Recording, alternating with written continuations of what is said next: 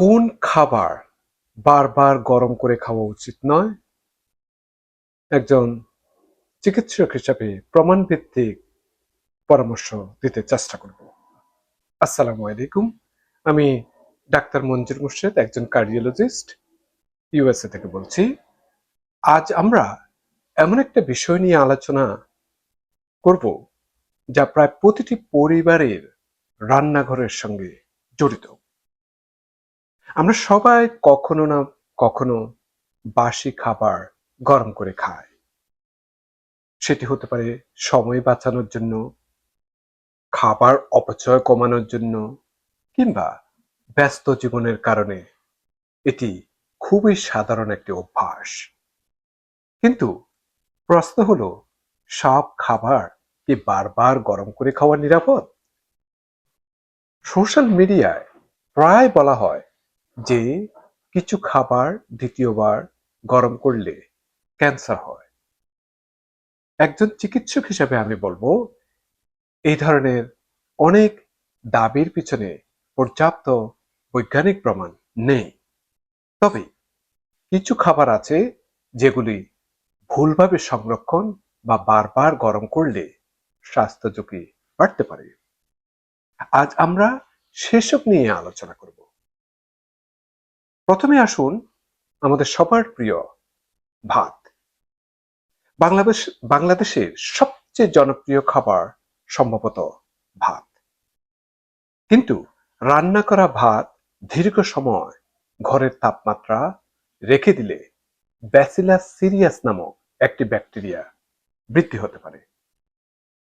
এই ব্যাকটেরিয়া এমন কিছু টক্সিন তৈরি করতে পারে যা পরবর্তীতে গরম করলেও সম্পূর্ণ নষ্ট নাও হতে পারে। এর ফলে কি হতে পারে? এর ফলে আপনার বমি হতে পারে, ডায়রিয়া হতে পারে, পেট ব্যথা করতে পারে, খাবার বিভিন্ন বিষক্রিয়ায় যুক্ত হয়ে সেটি বিভিন্ন গ্যাস্ট্রোইন্টেস্টিনাল পেটের বিভিন্ন ধরনের পীড়া দিতে পারে। তাই ভাত রান্নার 2 ঘন্টার মধ্যে ফ্রিজে সংরক্ষণ করা উচিত।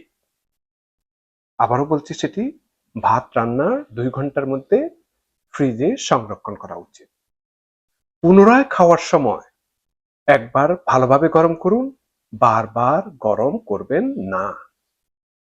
বারবার গরম করলে এই যে যে ব্যাকটেরিয়ার কথা বললাম সেটি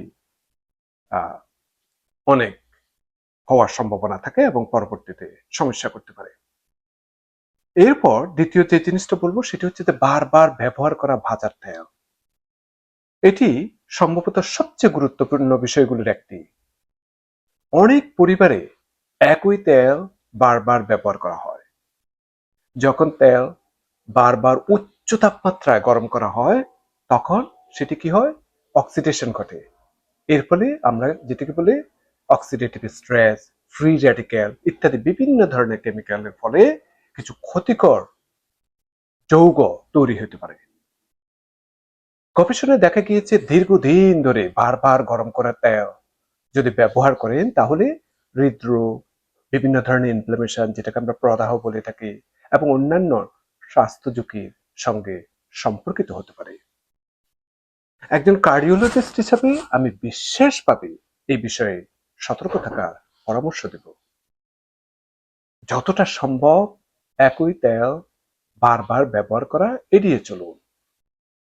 এরপর যে কথাটি বলবো সেটি হচ্ছে যে প্রক্রিয়াজাত মাংস, এই যেমন সসেজ, হটডগ, তারপর বেকন, তারপর ডেইলিতে যে মিট গুলো পাওয়া যায়, এসব খাবার নিয়মিত খাওয়ার সঙ্গে কিছু ক্যান্সারের ঝুঁকি বৃদ্ধির সম্পর্ক পাওয়া গেছে, বিশেষ করে কোলোরেক্টাল ক্যান্সারের ক্ষেত্রে।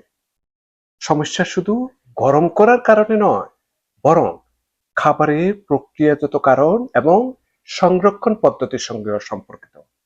তাই এসব খাবার সীমিত পরিমাণে খাওয়াই উত্তম। পরের যে জিনিসটা বলবো সেটি হচ্ছে যে শাকসবজি। আমরা সবাই পালং শাক, বিট, স্যালারি বা কিছু শাকসবজিতে স্বাভাবিকভাবেই এগুলিতে নাইট্রেট থাকে এবং এগুলি খুবই ভালো।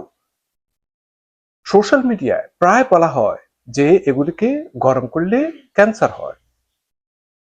বাস্তবতা হলো এই দাবির পক্ষে শক্তিশালী কোনো গবেষণা নেই।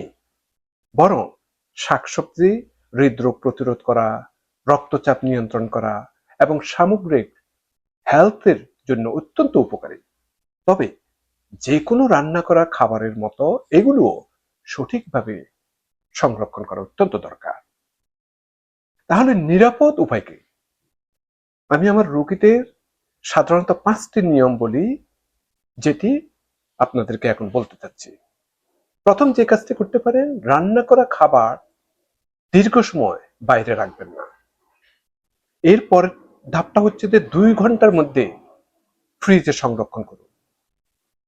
খাবার খাওয়ার আগে ভালোভাবে গরম করুন। একই খাবার বারবার গরম করা থেকে এড়িয়ে চলুন।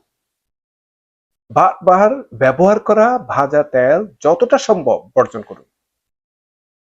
একজন কার্ডিওলজিস্ট হিসেবে আমার পরামর্শ, আমরা প্রায় ক্যান্সার, হার্ট অ্যাটাক কিংবা স্ট্রোক নিয়ে চিন্তা করি, কিন্তু সুস্বাস্থ্যের জন্য অনেকটাই নির্ভর করে প্রতিদিনের ছোট ছোট অভ্যাসের উপর। খাবারটা সঠিকভাবে সংরক্ষণ করছেন কিনা, আপনি সুষম খাদ্য গ্রহণ করছেন কিনা, প্রচুর পরিমাণে শাকসবজি এবং ফলমূল খাচ্ছেন কিনা, প্রক্রিয়াজাত প্রসেস ফুড থেকে আপনি যতদূর সম্ভব দূরে থাকছেন কিনা, এবং বারবার ব্যবহৃত তেল এড়িয়ে চলছেন কিনা, এগুলোর দিকে অবশ্যই নজর দিতে হবে। এই সবই দীর্ঘমেয়াদে আপনার স্বাস্থ্যকে ভালো রাখতে সাহায্য করতে পারে। মনে রাখবেন, ভয় নয়, সচেতনতা হলো সুস্থ জীবনের চাবিকাঠি। আমি ডাক্তার মঞ্জুর মোর্শেদ, আবার আরেকটা ভিডিও নিয়ে আপনাদের সম্মুখে আসব। সেই পর্যন্ত সুস্থ থাকুন, নিরাপদে থাকুন এবং আপনার হৃদয়ের যত্ন নিন। আল্লাহ হাফেজ।